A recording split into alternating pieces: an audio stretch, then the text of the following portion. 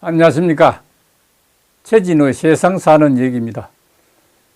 오늘은 왜 사찰 음식에 관심을 가져야 할까요? 이런 주제로 말씀드릴까 합니다. 이처럼 불교에서는 정오식에서 다음날 일출 때까지의 비시에는 음식을 취해서는 안 되고 물처럼 묽은 것은 먹을 수 있습니다. 그렇지만 찌꺼기가 있어도 안 되고 병을 고치기 위해서 먹는 경우라도 오존죽을 한정했습니다. 그 이유로서 하늘은 아침 일찍 먹고 그러니까 조식하고 성녀, 스님들은 정오에 먹고 스님은 오식하고 가축 같은 동물은 오후에 먹으며 오후식하고 귀신은 밤에 먹는다. 그러니까 야식한다고 하는 계율에 기인하고 있습니다. 몇 년 전만 해도 국민소득 3만 불 이상으로서 인구 5,200만 명으로 3050 클럽에 가입하면서 경제 규모가 세계 7위라는 기적을 창출했던 우리가 하루아침에 후진국으로 추락할 수도 있을 것이라는 생각이 듭니다. 그 이유는 한때 국민소득 1만 불을 넘었을 때 흥청망청 돌아다니면서 몸에 좋다고 하면 뱀이든 지렁이든 닥치는 대로 삼키면서 돌아다녔을 때도 있었기 때문입니다. 오래 살기 위해서 별의별 궁리를 하다가 선인들이 오래 산다는데 관심이 모아지게 됐습니다. 그래서 결국 사찰 음식에 흥미를 갖기 시작했습니다. 그래서 스님들이 어떤 음식을 먹기 때문에 장수를 하는지 생활 태도와 운동은 어떤지 의문투성이었기 때문입니다. 그때가 1995년 전후였습니다. 마침 그때 산과 꿈이라는 출판사에서 선식의 비밀은 책을 써달라고 요청해 왔습니다. 그 당시에도 책을 내가 많이 썼습니다. 지금은 130권 정도 썼지만은 그래서 대형 서점에 가도 불교에 대한 책이 없었습니다. 우리나라에 불교에 대한 책이 없다는 것은 정말 놀랄 일이죠.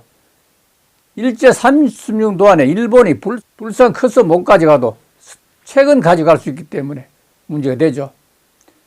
불교 서적을 해도 대부분 경전이고 식생활 자료는 대부분 15페이지 정도였기 때문에 일본 가서 책을 10여 권을 사왔습니다.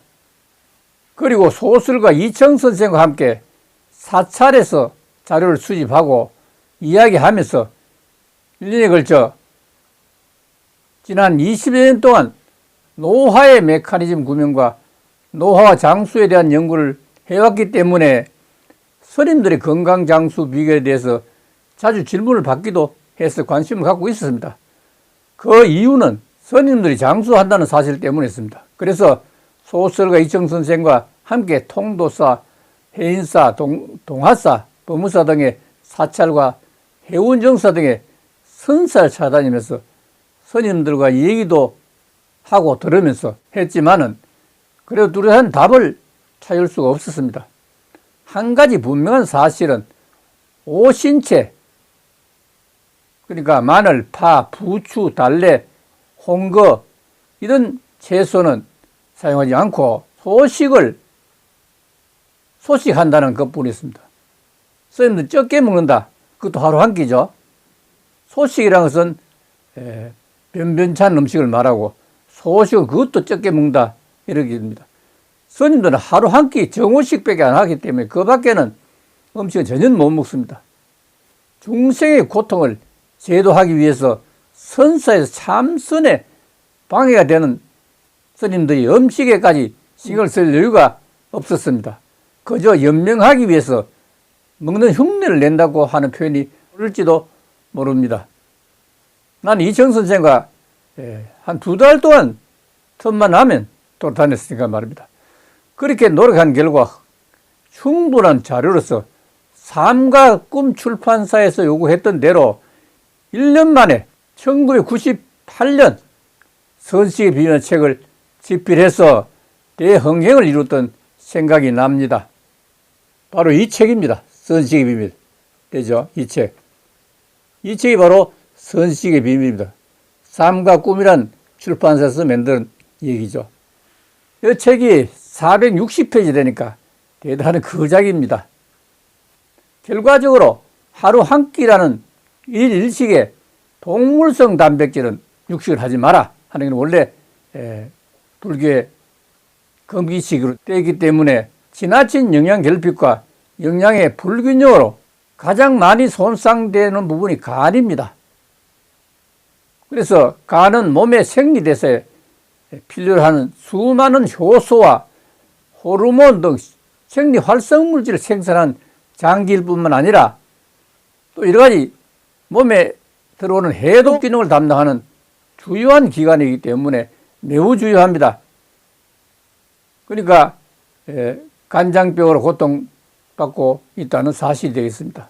선사의 식생으로서 선식의 원리가 바로 하루에 한 끼만 먹는 일식이라는 사실은 오늘날 건강과 장수의 비결로 알려진 소식의 소식이란 원리와 같은 것입니다.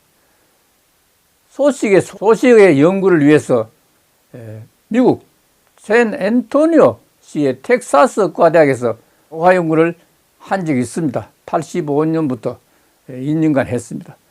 연구 결과에 따르면 60%만 먹으면 수명이 2배 연장되는 놀라운 결론입니다.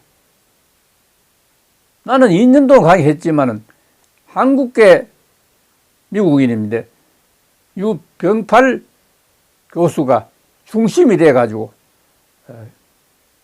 거기 학과장 메소로하고 두 분이 바로 유명한 소식의 제한식이란 그런 결론을 도출했습니다.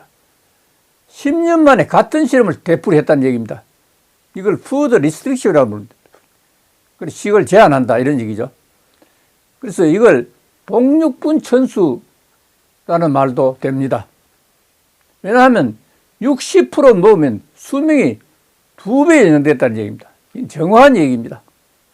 복 8분 하면 무병이라는 말도 씁니다.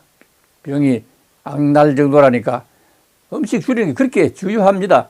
결국 음식을 많이 먹으면 피가 탁해지면서 정신을 흐리게 만드는 사실은 현대의학의 원리이기도 합니다. 피가 맑아야 혈액순환도 잘 되고 병이 생기지 않는다는 사실을 실험적으로 입증했다는 결론이기도 합니다. 결국 사찰 음식이 장수식이라는 사실을 알 수 있습니다. 꼭 사찰에 가지 않더라도 소식을 좀 음식을 줄여라. 그 다음 육식을 가능하면 피해보라. 육식만 불교에서는 못하게 하죠. 그렇습니다. 병자에 대해서는 어떤 금기도 없이 밥, 떡, 말린 음식, 물고기, 육류를 포함한 어떤 음식이라도 질병 고치도 하면 마음대로 먹게 하여 심지어는 부처님이 그렇게 싫어하는 술까지도 질병 치료에 도움이 된다면 마시도록 이렇게 했을 정도입니다. 이러한 사실은 부처님의 인간 생명의 존중 사상에 대한 진면목을 보는 것 같습니다. 그래서 마음이 매우 가볍습니다. 어떻든 좀 음식을 줄여보세요. 그래서 건강 장수하시기를 바라겠습니다. 감사합니다.